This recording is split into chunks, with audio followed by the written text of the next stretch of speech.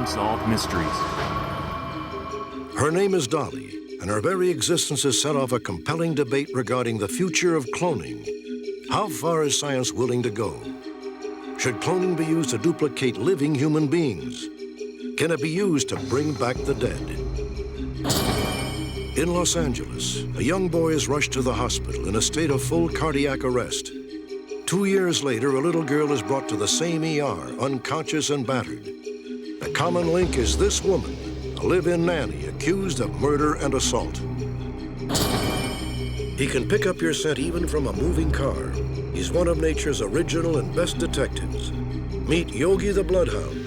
We'll follow Yogi as he tracks a kidnapper and his young victim. It was codenamed Operation Stargate, and it may have been the most incredible espionage program ever launched by our government. David Morehouse was part of it, but Morehouse claims he was no ordinary secret agent. He was a psychic spy for the CIA. Join me for these fascinating new cases and more on tonight's Unsolved Mysteries.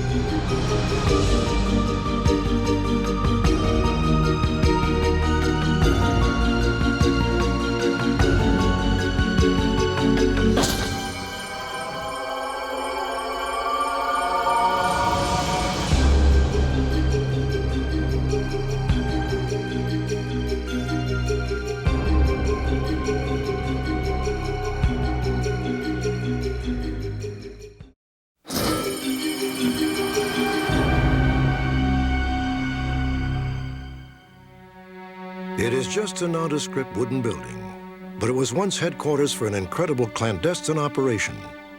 The man you're about to meet claims he was part of that operation. He was one of America's psychic spies. What I was trained to do is to transcend time and space, to view persons, places, or things remote in time and space, and to gather and report intelligence information on the same. And some examples of those targets would be soft targets, which would be the mind of a test engineer or of a design engineer or of a military figure or a political figure, or hard targets, which were weapons, research and development facilities, the locations of submarines, the locations of counter-narcotics targets, things of that ilk. I'm spiraling down, approaching the target. I'm in the middle of something, just outside of a big building. There's a great deal of activity here. Lots of noise, confusion. I can't quite make out the target location yet. Can you find the target? There's 2 armed guards protecting the entrance to this building. Good, move there and let's see what we find. I'm moving through the door.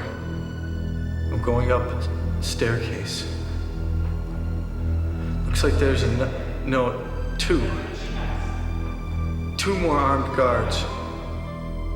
Pass through the wall and describe the contents of that room. I sense there's going to be some sort of trial or judgment that's about to take place. My God, it's him. It's the target.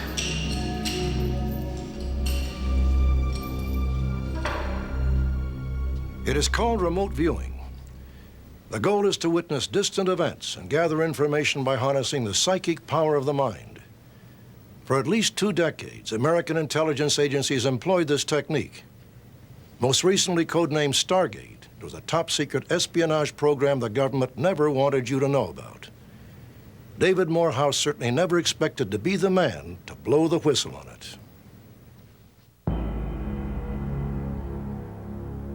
David Morehouse was third-generation Army, the son and grandson of career officers.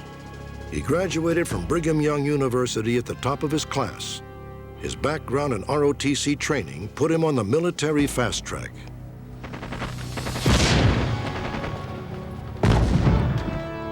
By 1987, Morehouse was a company commander with the Rangers, the Army's elite fighting unit. In March of that year, he was sent to the Kingdom of Jordan to take part in a desert training exercise. But a stray machine gun bullet would soon change his life forever.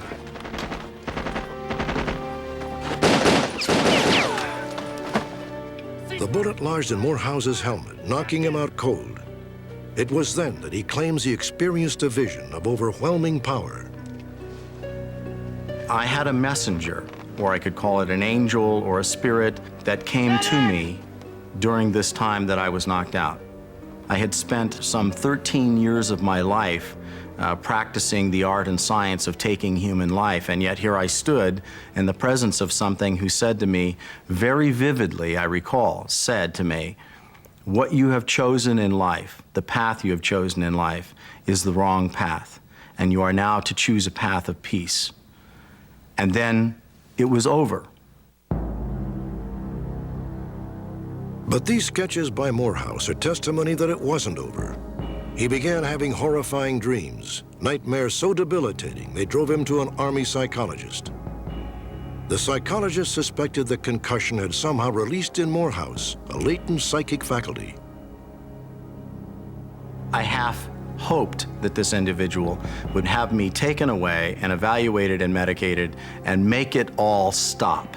Instead, what he did do was walk over to a file safe and pull out 3 blue folders that were stamped Top Secret Grill Flame, and brought them over and proudly presented them to me and set them on my lap and said, I would like you to review these, and I would like your analysis tomorrow. The program was then codenamed Grill Flame. That night, Morehouse pored over the files, especially the transcripts of the remote viewing sessions. The verbiage used was almost frightening, chilling, pass through the wall and describe the contents of the room. That made the hair stand up on the back of my neck. It intrigued me beyond any description that I could possibly offer. And the next morning, before the psychologist ever even came in, I was standing at his door, waiting to come in and talk to him about it. Relax. Keep your focus. David Morehouse volunteered to join the unit. Working with a monitor, he learned to use biofeedback to control his brain waves and send his consciousness to the far points of the globe. I can feel the warmth of the sun on my back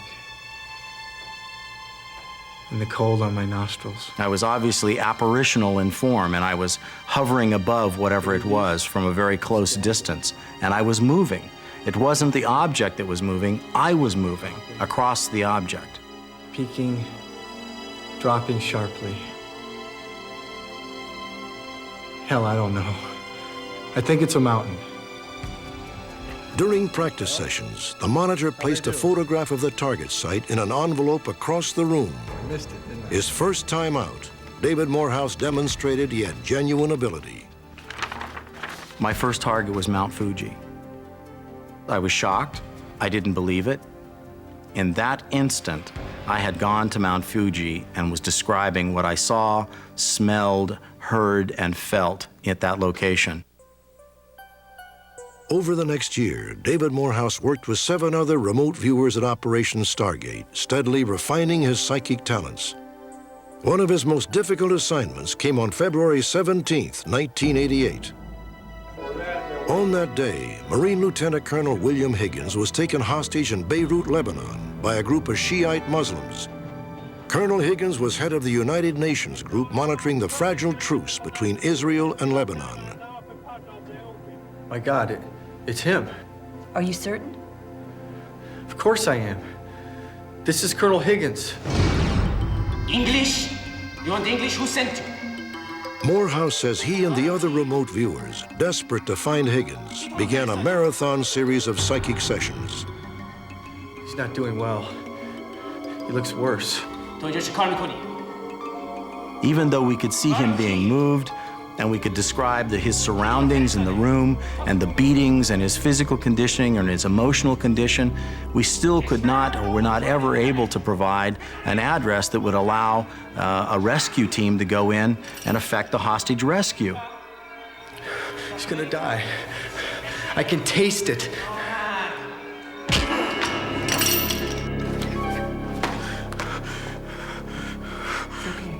Morehouse claims that the remote viewers psychically sensed Higgins' death a year and a half into his captivity. Just a few days later, the kidnappers confirmed that Colonel Higgins had been murdered. More than 2 years would pass before his remains were recovered. Another major challenge for the remote viewing unit came just before Christmas in 1988. On December 21st, Pan Am Flight 103 exploded over Lockerbie, Scotland, killing all 259 people aboard and 11 more on the ground. Hours later, with the cause of the crash still unknown, the remote viewers were called into an emergency session. They were not given any details or a specific target, only a set of coordinates. Their visions would prove to be remarkably similar. 2938. I'm having difficulty focusing. There's a great deal of emotion here.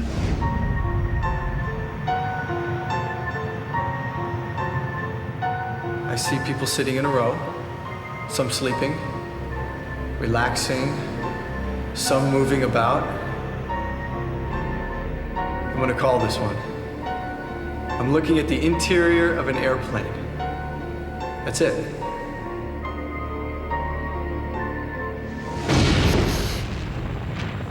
My God, the entire plane is disintegrated. For us, remote viewers, it was a tremendous emotional toll to us to watch that catastrophic event take place and to see the confusion of these souls that were instantly there. As everything that was physical about them plummeted to Earth, their souls remained there in this ethereal state. Within a day of the disaster, Morehouse and the other viewers had pieced together a scenario. They believe Flight 103 was blown up by a terrorist bomb hidden inside a suitcase in the forward cargo hold. Amazingly, after 2 months of detailed investigation, the FBI and the Scottish police came to that exact conclusion. At Fort Meade, Morehouse continued his psychic sessions, but he was becoming disillusioned. He claims the program's leaders were pushing the remote viewers to use their minds as tactical weapons. We were starting to develop the protocols to be able to access the mind of another human being for the purpose of destruction or death. And that is when I finally drew the line and said, I cannot any longer be a part of this. I can't see this tremendous gift turned into a very powerful and tremendous and very elusive dark weapon, which is what we were going to do with it. David Morehouse decided to violate his security oath and go public. The government's response was swift. They threatened him with court-martial. Morehouse chose to resign his commission and leave the Army. He eventually wrote a book, Psychic Warrior.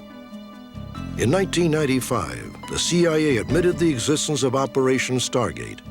In the wake of the negative publicity, the program lost its congressional support and was shut down. English? You want English? Who sent you? How great are the untapped powers of the human mind? Can they release us from the prisons of our bodies?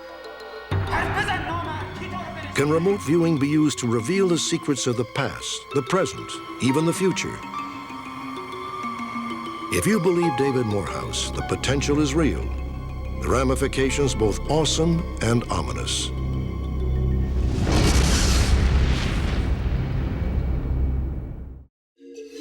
Coming up, when researchers announced that a sheep had been successfully cloned, controversy spread worldwide.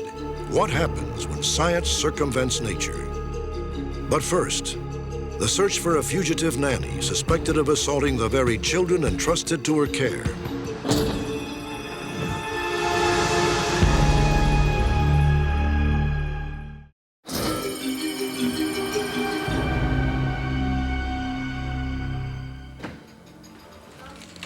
July 25th, 1990, a chilling nightmare for any parent. Paramedics rushed 4-year-old Ashley Berman into an emergency room outside of Los Angeles. She was unconscious and barely breathing. Can you tell me how this happened? She apparently had some sort of seizure and fell and hit her head. How far was the fall? It wasn't far. She just fell on the floor. I don't know. I wasn't there. I was just with the nanny. She had these seizures before? Yes, she's had them before, but it's never been this serious, no. A short time later, the doctor made a stunning accusation.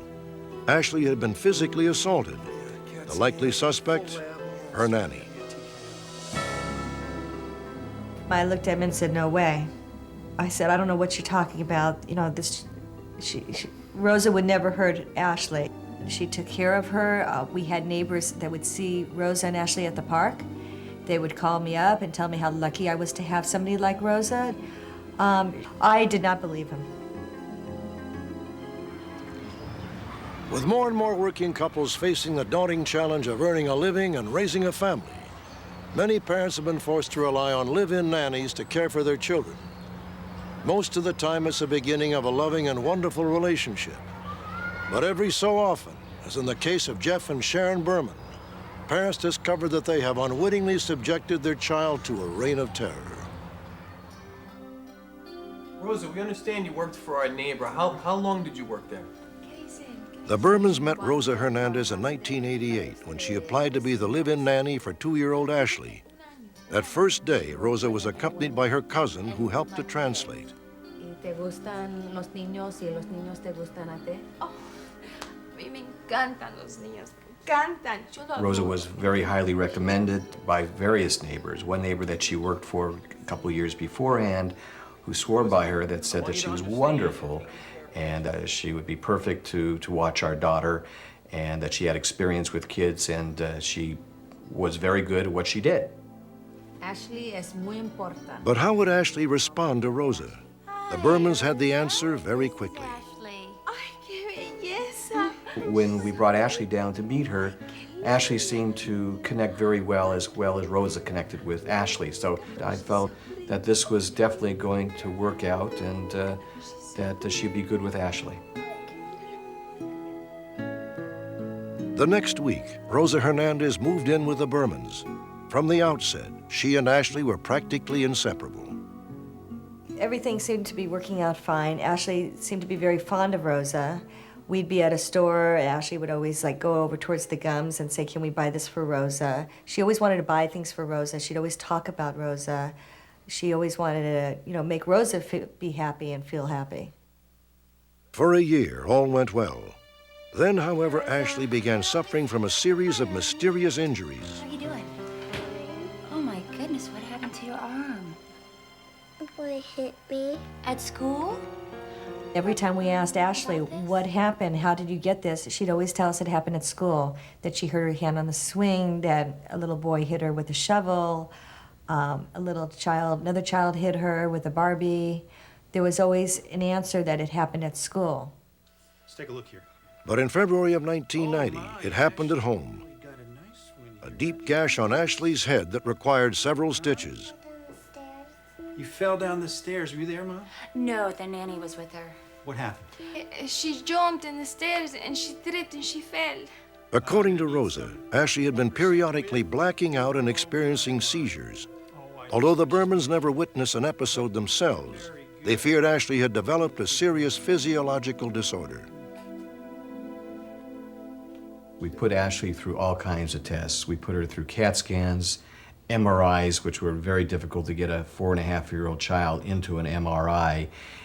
With all the tests, they could find absolutely nothing that related that she had any tendency really towards seizures. All indications is that she was a very healthy child. A few months later, Jeff Berman came home early from a walk to find that his very healthy child had once again been severely injured. Rosa, La niña se cayó. Se cayó la slow down, niña. slow down. What happened? Oh, Se cayó la niña. Ay. come here, calm down. What happened? She tripped. She tripped. Mommy, is that what happened? You tripped? And Rosa proceeded to tell me that Ashley had fallen down, she was wearing some shoes, and she tripped, and she fell down. And I felt comfortable that she had just fallen. I saw the shoes were on the kitchen floor. So when, again, the scene was reenacted by Ashley, it all made sense. Can you tell me what happened? Just 9 days later came Ashley Berman's frightening brush with death. Quick check here. I thought Ashley was going to die on us. I just looked at her, she was all pale, hooked up, and I thought we were going to lose her. And pretty much we were told if she survived, if she lived, she'd more than likely be retarded or blind or both. All right. Give me a CAT scan, full set of lab, and run the IV at TKO. After I examined Ashley, I was suspicious that Ashley might have been abused. She had some small hemorrhages in the retina. This is a condition that's associated with shaken baby syndrome. Dr. Gillingham decided to check into Ashley's medical history and phoned her pediatrician. I have one of your patients here, an Ashley Berman. She's showing signs of retinal hemorrhaging. It wasn't until I spoke with Ashley's pediatrician that we made a connection to a prior case where the same caregiver had been involved in taking care of a child who died of what they thought might be child abuse. This way, number 2. For the Bermans, it was a shocking piece of news. 2 years earlier, Dr. Gillingham had treated a 17-month-old boy who was rushed to the hospital in a state of full cardiac arrest. That day, the toddler had reportedly been in the care of Rosa Hernandez. The Bermans knew of the incident, but had heard the boy choked on a hot dog. We were able to resuscitate the child, get the child breathing and with a good blood pressure and pulse. The child was subsequently admitted to the hospital, but then died within the next, I think, 17 or 18 hours. An autopsy revealed that the boy had a fractured skull with internal bleeding. His death was ruled a homicide. However, there was not enough evidence to file charges against Rosa Hernandez. Now, with Ashley Berman fighting for her life, police believe they had a case against Hernandez. She was charged with child abuse and murder. Now, Rosa's first reaction was she looked at me with an evil look in her face and said, "Why, mister? Why? I love Ashley. I love Ashley." And then they let her out.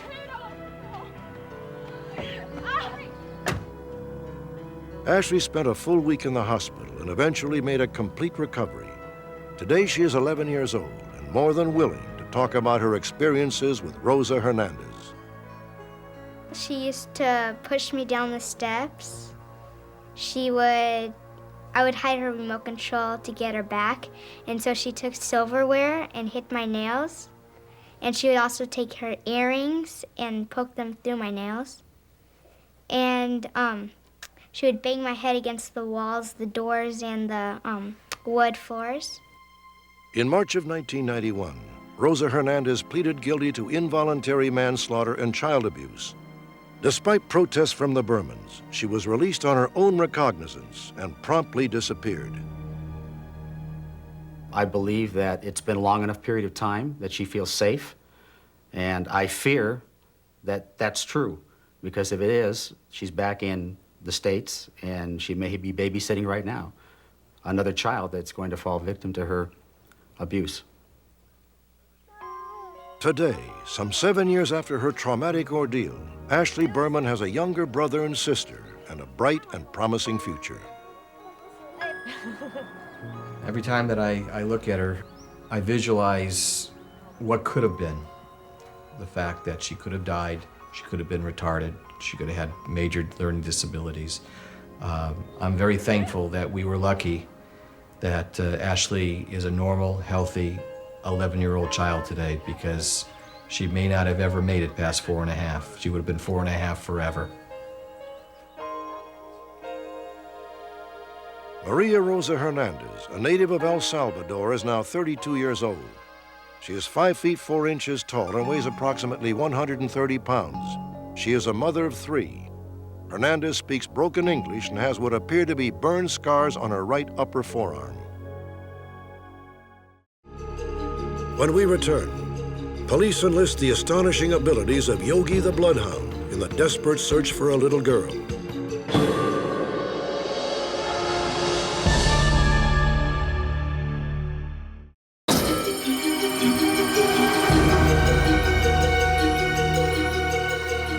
He doesn't have a badge. He never went to the police academy. He doesn't even own a uniform. But when it comes to tracking down criminals, he's one of the best.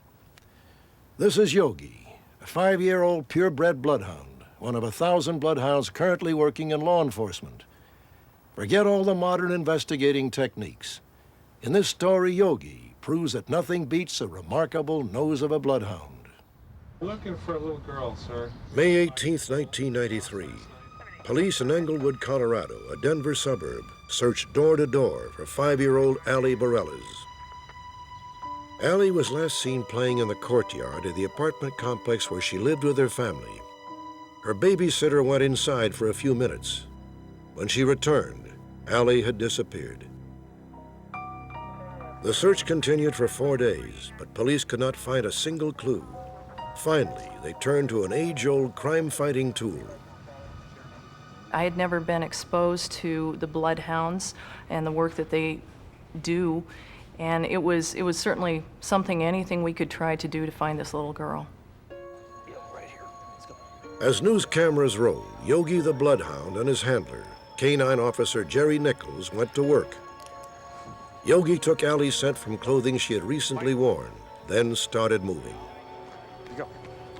Where'd he go, buddy? Go get him. He first went up the stairs, zeroing in on a single apartment, Allie's home. It was a good sign. Yogi was on the right track.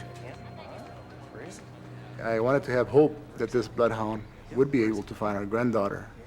From the balcony on the second floor, I was watching the dog work. And I felt there was a sort of comfort that I felt, because I felt now they're gonna find her. You know, now they're gonna find her, and they're gonna find her alive. Where is he? Let's go. Yogi, where'd he go? Come on. Yogi led Jerry out of the apartment complex and south, down the street. The media crush followed close behind, recording every move. The dog wasn't bothered at all. He didn't care. He was oblivious to everything other than what he was doing, because he's happy doing that. Where is it? Come on. Where is it? Well, the bloodhound is by instinct a tracker, by nature. It's something they're bred to do and they live to do. Their sense of smell is just incredible. The loose skin around the face it just acts as a place for the scent to be attracted to, the skin folds.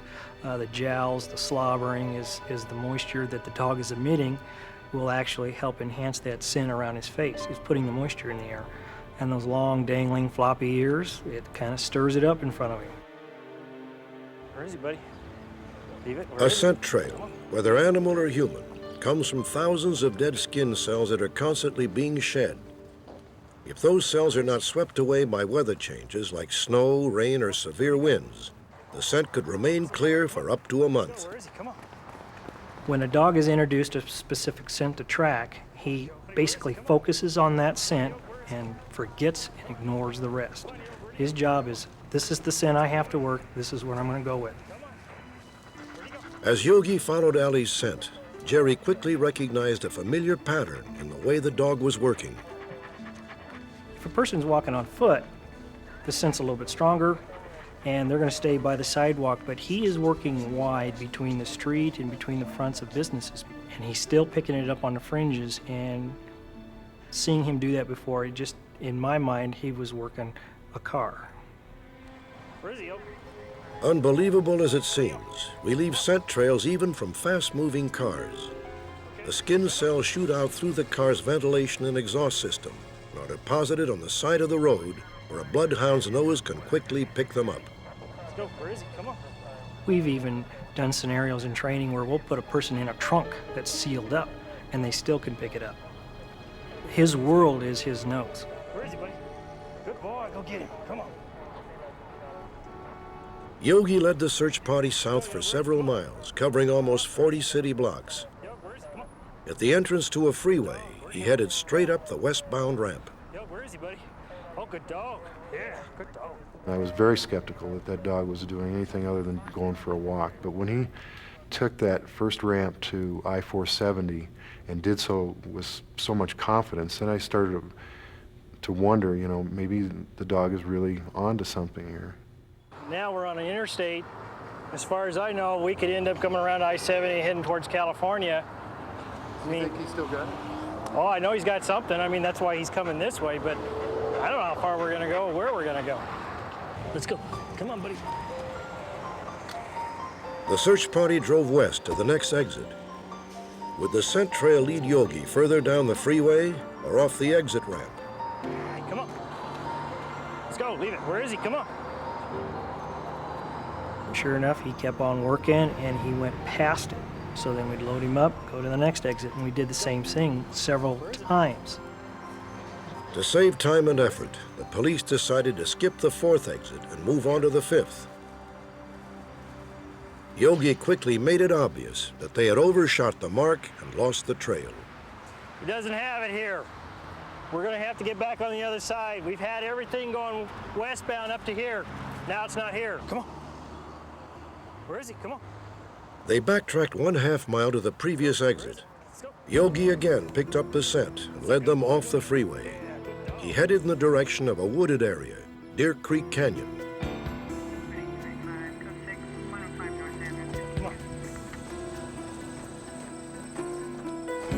Good dog. The canyon is located here, southwest of the apartment complex where Ali Bareilles disappeared. Yogi had been trailing Ali's scent over city streets, parking lots, and freeways for more than 7 hours. He had covered nearly 14 miles. Yo, come on, let's go. Come on. Pick it up. I know you're hot. Come on. Let's go. He was slowing down a little bit. The tongue was really dragging, and he's really slobbering. And I could tell he was getting hot. Yogi, where is he? Come on. Come on. A hound has a drive. Unfortunately, they will run themselves to death. Where'd he go? If they get tired, they don't care. They don't stop. I know it's hot. Come on. That's a boy. Come on. Though it was clear Yogi's strength was failing, Yogi refused to stop. Oh, good dog. Come on. Good boy.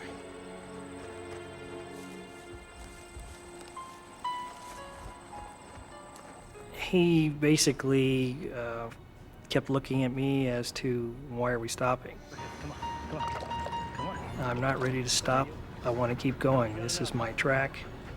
I want to get there.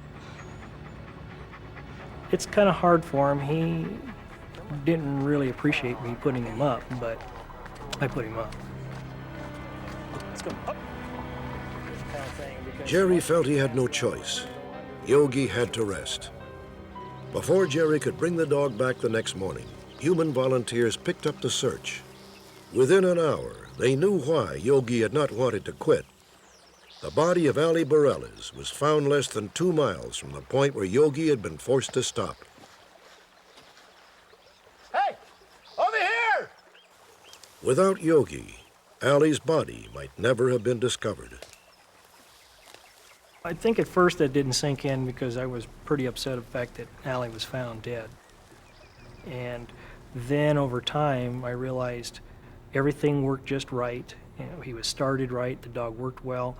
And to end up where he did, it just, yeah, I was totally amazed. I really couldn't believe it at first.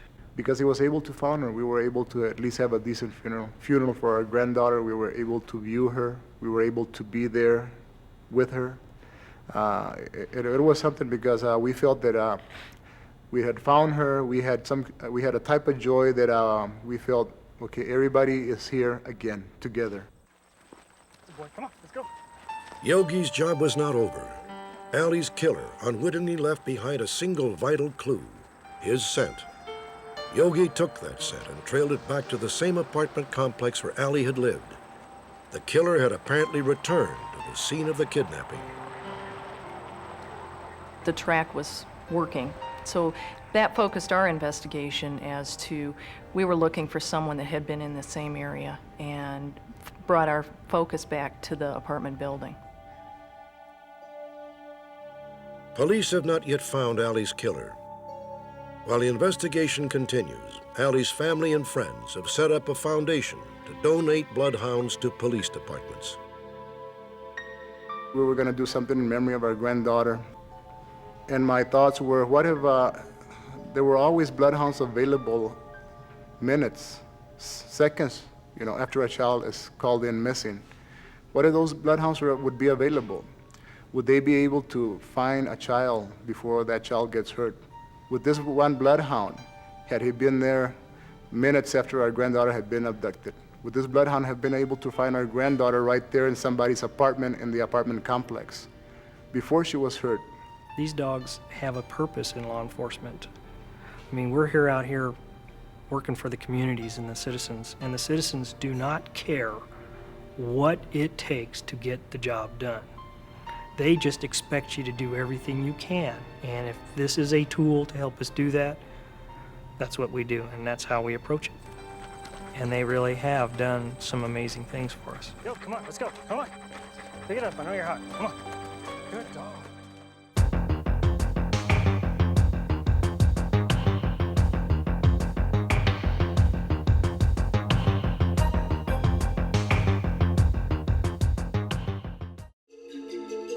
Next, she symbolizes both the power and the pitfalls of modern science.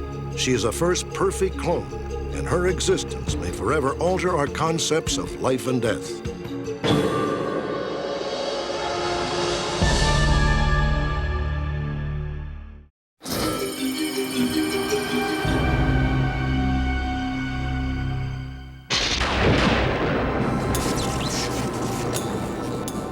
When the fictional Dr. Frankenstein built his monster from scavenged body parts, terrified filmgoers could still remind themselves it's only a movie. Few would have guessed that just decades later, science would be on the brink of actually creating a human being in the lab, not out of parts, but through an extraordinary process known as cloning. Once considered impossible, cloning is a dramatic advance that may someday end the tyranny of diseases like cancer and sickle cell anemia. But some fear we have opened a Pandora's box of freakish possibilities that could allow us to endlessly recreate ourselves or even bring the dead back to life. Critics argue that such matters are best left to nature. Simply put, cloning is making an exact copy, and in nature it is hardly uncommon. When a fertilized egg divides and separates, the result is two embryos, two sets of identical genetic codes, one set of identical twins. The challenge for science was duplicating the process artificially and at will. In the 1950s, researchers took DNA from one frog embryo and made a second frog, its exact genetic double. By the 1980s, the same process had been used to create cow and sheep embryos. However, scientists couldn't engineer a clone from a fully grown animal, at least not until Dolly. The whole world now knows who and what she is, the first mammal ever cloned from an adult. With her birth in Scotland last July, researchers crossed an historic threshold. I have no doubt that we would be able to take the technology that was used in Scotland and perfected with human eggs. And within a few years, with a little bit of tinkering, they'll be able to clone human beings. There is much about cloning that we still do not know.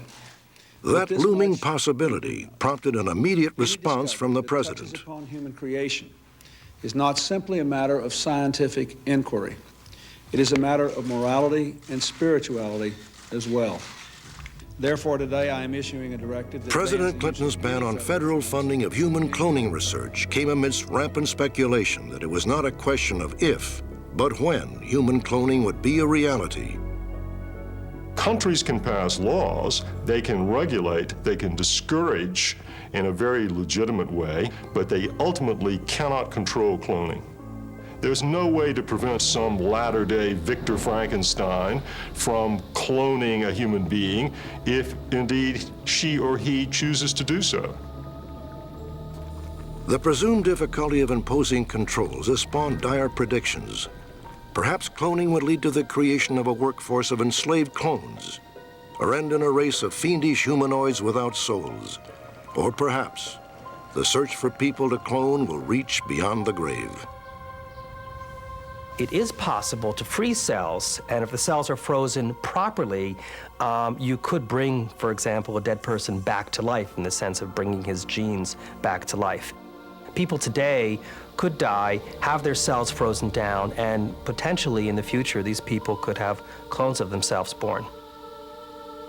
It's possible to imagine that we could clone someone from the past who was not just someone who was good, but also someone who was extremely evil. If, for example, someone recommended that we clone Adolf Hitler, the expectation would be that this would be the same evil leader of the past. But what we know, of course, is that that would be an impossibility. It is impossible because a clone of an adult doesn't emerge from the lab as another fully formed adult. Far from it. The clone begins as a microscopic embryo floating at the bottom of a test tube. Imagine then that someone did indeed successfully clone Adolf Hitler. The embryo would have to be implanted into a surrogate mother, carried for 9 months until birth, then raised into adulthood. There is no way to know, let alone guarantee, who that person would turn out to be. We don't know what produced Adolf Hitler in the first place. To what extent was it his genetic makeup? To what extent was it very small variations in the circumstances of his life? The new person that is born will look eerily like the person that already exists, but it will be a different person. It'll have its own personality, its own soul. The same limits apply to those we might want to see cloned. People like Albert Einstein or Ben Franklin. However, as tantalizing as it might seem to resurrect the past, the best use of cloning appears to be in building the future. The most obvious advantage of cloning is for someone who cannot have children to be offered the opportunity to have children. Got it? For such couples, cloning could be a godsend, but others might see it as an opportunity to cheat death by recreating themselves. There is the fear that people might want to clone themselves to achieve an immortality of some sort. And this is the worry that somebody will clone themselves into a child and then expect that child to live the same life that they lived. The lure of immortality and the potential of cloning could add up to an even more appalling outcome, the possibility of a real-life Frankenstein. There's the worry in many people's mind that individuals will want to clone themselves to be able to use their so-called clones for body parts if their body parts wear out later in life. Every clone that is born is going to be a complete human being. The person won't be a subhuman being in any way whatsoever. And if you took a heart out of that person, that would be murder. Nothing less than murder. Cloning is like a hammer. You can use it for good purposes, or you can use it for objectionable purposes. You can use it to build a house, or you can use it to bash someone over the head. Cloning has the potential for providing a real service to humanity. Once we have gotten over the shock of the more startling possibilities, we will come to the realization that genuine advantages may attach to it. The scariest cloning scenarios do seem unlikely, at least for now. But as we learned with splitting the atom, scientific advances can give rise to unintended consequences. With human cloning all but inevitable, this is a time for researchers, theologians, and civic leaders to lay down some ground rules. With foresight, cloning might serve us well. Otherwise, just like Frankenstein's monster, it could emerge from the lab as an awesome threat.